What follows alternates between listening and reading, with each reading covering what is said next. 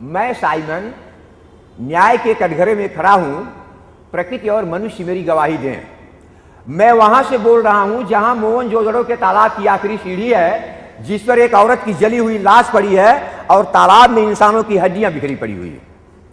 इसी तरह से एक औरत की जली हुई लाश आपको बेबीलोनिया में मिल जाएगी और इसी तरह से इंसानों की बिखरी हुई हड्डियां मेसोपोटामिया में।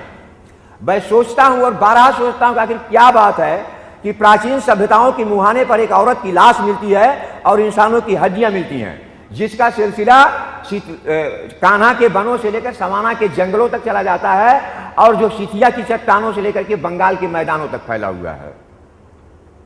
एक औरत जो माँ हो सकती है, बहन हो सकती है, बीवी हो सकती है, बेटी हो सकती है। मैं कहता तुम हट जाओ मेरे सामने से, मेरा खून कड़कड़ा रहा है, मेरा कलेजा सुलग रहा है, मेरी देह जल रही है, मेरी माँ को, मेरी बहन को, मेरी बीवी को, मेरी बेटी को मारा गया है, मेरी पुरखिनें आसमान में आर्तनाद कर रही हैं। मैं इस औरत की जली हुई लाश पर सिर पटक कर जान दे देता अगर मेरी एक बेटी न होती तो।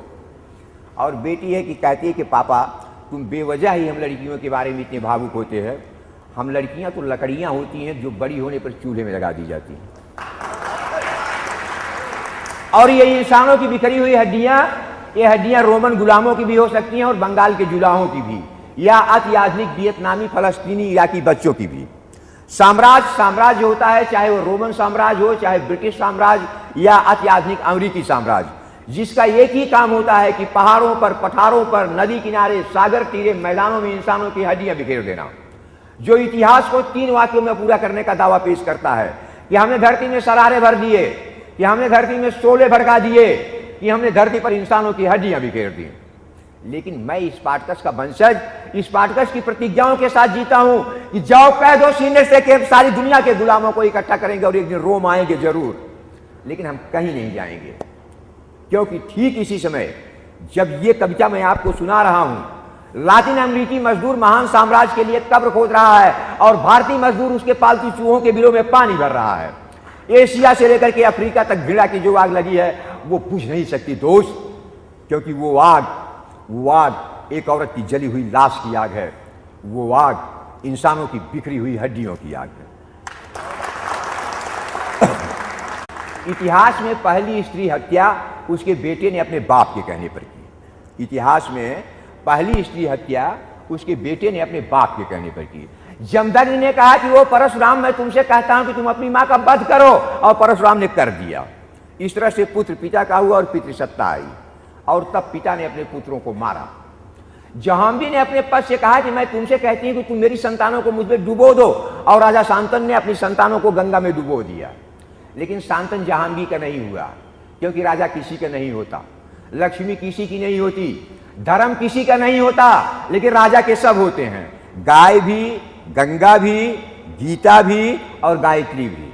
और राजा तो खैर, और ईश्वर तो खैर राजा के घोड़ों को घास ही छीलता रहा। बड़ा नेक था बेचारा ईश्वर, राजा का स्वामी भक्त। लेकिन अफसोस है कि अब नहीं रहा, बहुत दिन हुआ मर गया। और जब मरा तो राजा ने उसे कफन भी नहीं दिया, दफन के लिए उसे 2 गज जमीन भी नहीं दिया। किसी को नहीं पता है कि ईश्वर कहाँ दफनाया गया। खैर, ईश्वर मरा अंतोदगत्वा, और उसका मरना ऐतिहासिक सिद्ध हुआ, ऐसा इतिहासकारों का मत है। इतिहासकारों का मत यह भी है कि राजा भी मरा, रानी भी मर गई और उसका बेटा भी मर गया। राजा लड़ाई में मर गया, रानी कढ़ाई में मर गई, और बेटा कहते हैं कि पढ़ाई में मर गया। लेकिन राजा का दिया हुआ धन रहा और धन बचन हुआ और बढ़ता गया। और फिर वही बात कि हर सभ्यता के मुहाने पर एक औरत की जली हुई लाश और इंसानों की बिखरी हुई हड्डियां। ये लाश जली नहीं है, जलाई गई है। ये हड्डियां बिखरी नहीं है, बिखेरी गई हैं। ये आग लगी नहीं है, लगाई गई है। ये लड़ाई छिड़ी नहीं है, छेड़ी गई है। लेकिन कविता भी लिखी नहीं है, लिखी गई है। और जब कविता लिखी जाती है तो आग भड़क जाती है। मैं कहता हूं तुम उसको बचाओ मेरे लोगों इस आग से, तुम मुझे इस आग से बचाओ मेरे पूरब के लोगों, जिनके सुंदर खेतों को तलवार की नोकों से जोता गया, जिनकी फसलों को रथों के चक्कों के तले रौंदा गया। तुम पश्चिम के लोगों मुझे बचाओ इस आग से, जिनकी स्त्रियों को बाजारों में बेचा गया, जिनके बच्चों को चिवनियों में झोंका गया। तुम उत्तर के लोगों मुझे बचाओ इस आग से, जिनके पुरखों की पीठ पर पहाड़ लाद कर तोड़ा गया। तुम सुदूर दक्षिण के लोगों मुझे इस आग से बचाओ, जिनकी बस्तियों को दावाग्नि में झोंका गया, जिनकी नाव को अतल जलराशियों में डुबोया गया। तुम वे सारे लोग मिलकर मुझे बचाओ जिनके खून के गारे से पिरामिड बने, मीनारें बनी, दीवारें बनी, क्योंकि मुझको बचाना उस स्त्री को बचाना है जिसकी लाश मोहनजोदड़ो के तालाब की आखिरी सीढ़ी पर पड़ी है। मुझको बचाना उन इंसानों को बचाना है जिनकी हड्डियां तालाब में बिखरी पड़ी हैं। मुझको बचाना अपने पुरखों को बचाना है। मुझको बचाना अपने बच्चों को बचाना है। तुम मुझे बचाओ, मैं तुम्हारा कवि।